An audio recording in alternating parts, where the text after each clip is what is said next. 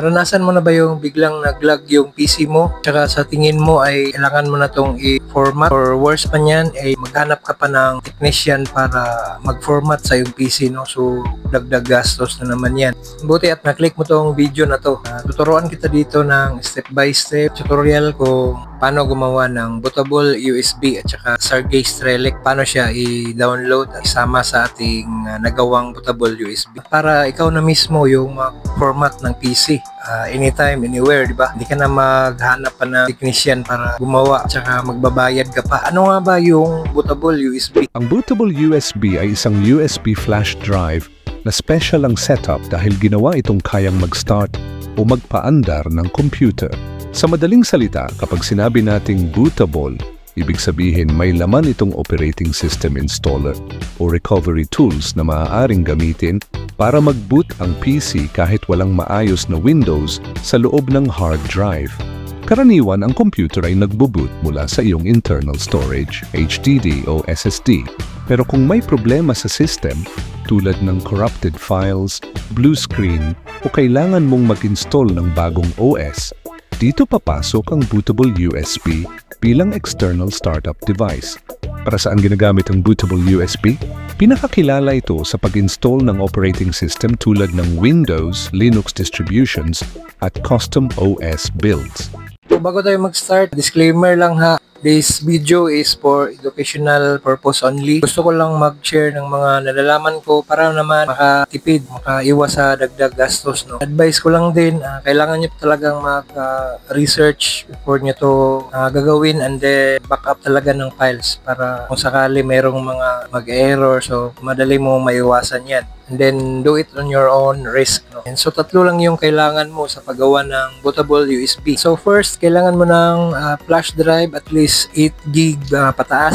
So maganda, malaking storage na. Yung binili ko is 16 GB. Last video ko, ito yung ginamit ko. No, then second is kailangan mo ng PC or laptop. Then last is stable internet connection. Proceed tayo sa monitor. Okay, andito tayo sa monitor, no? So, first natin gagawin is pa-plug muna natin yung flash drive. Yung sa akin is 16 GB.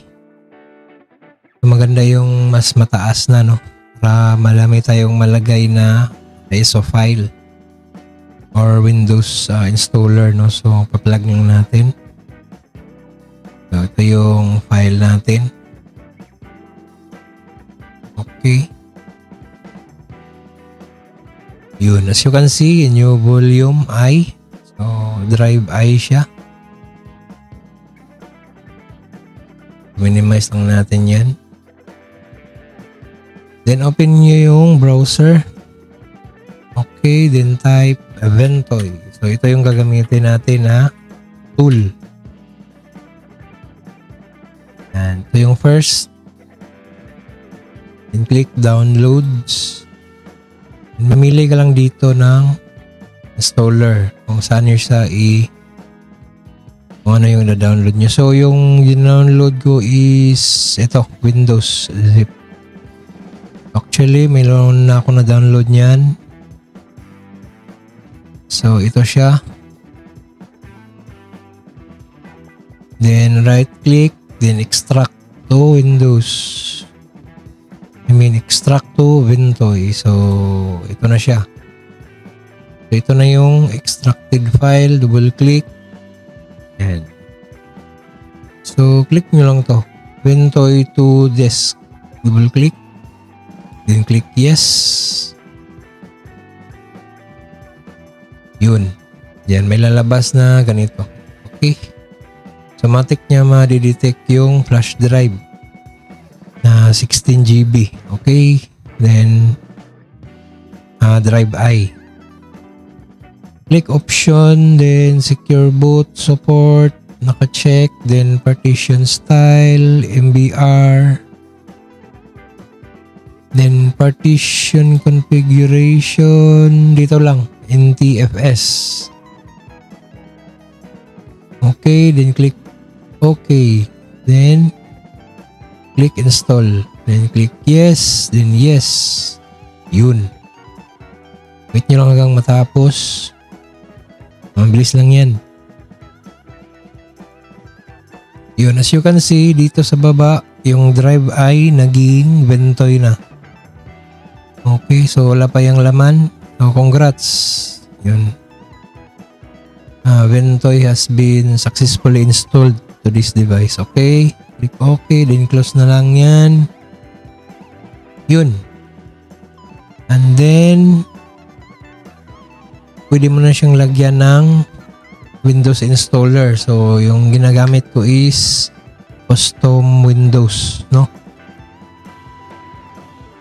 Para hindi masyadong mabigat at customable pa siya. So ito yun.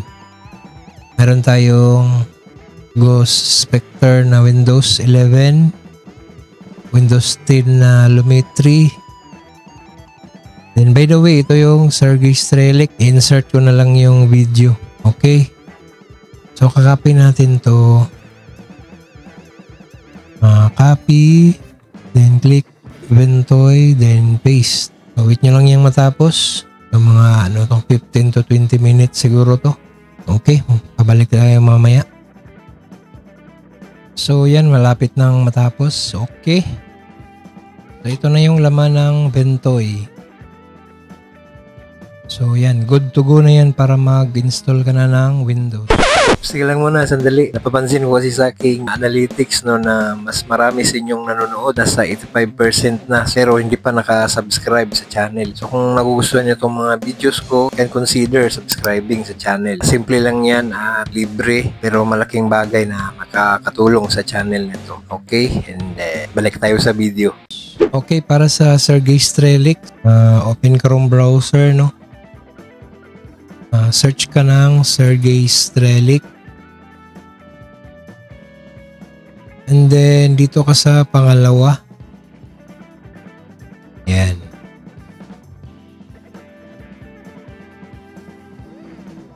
So, ito yung page.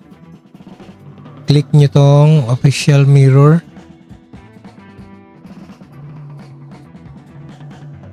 Yan, wait nyo lang mag-download. Yun, nag-loading na. Ayan. And then, ito siya. Nagsimula na siyang mag-download, no? So, skip ko na lang to kasi meron na akong naka-download na file, no? So, pause. Pause ko na lang yan. Then, ito yung file. Sergey Strelec.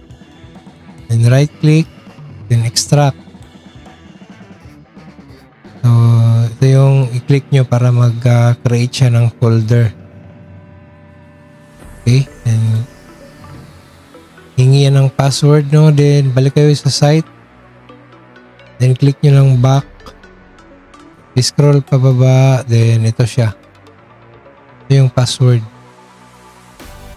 So, Strelec. Copy. Then, balik kayo doon. And paste. Click OK. And so as you can see, mayroon na dito. Create na siya ng folder. Yan. Okay. After ma-extract, double click nyo lang to. Yan. So kunin nyo lang to. Ito na file. Ito na ISO file. So, right-click, copy. And kakopy mo yan doon sa Ventoy. So, hindi ko na siya i-proceed kasi meron na dito. Okay? So, yung flash drive mo na Ventoy, meron ng laman. Kung gusto nyo ng mga custom OS, no? So, maglagay ako ng link dyan sa description box para pwede nyo magamit yung mga custom OS installer. Okay, so meron ka nang nagawang bootable USB. So kasama pa doon yung Sergey Strelec. So handa ka nang mag-format ng PC kung sakali. Sa susunod na video, try naman natin mag-format ng PC, no? Install natin yung Ghost Spectre na Windows 11. So maganda daw yung Windows na yun. I hope na nasundan niyo yung tutorial, no? Iwan lang kayo ng comment, like, tsaka share niyo na rin tong video. See you sa susunod kong video. Stay tuned.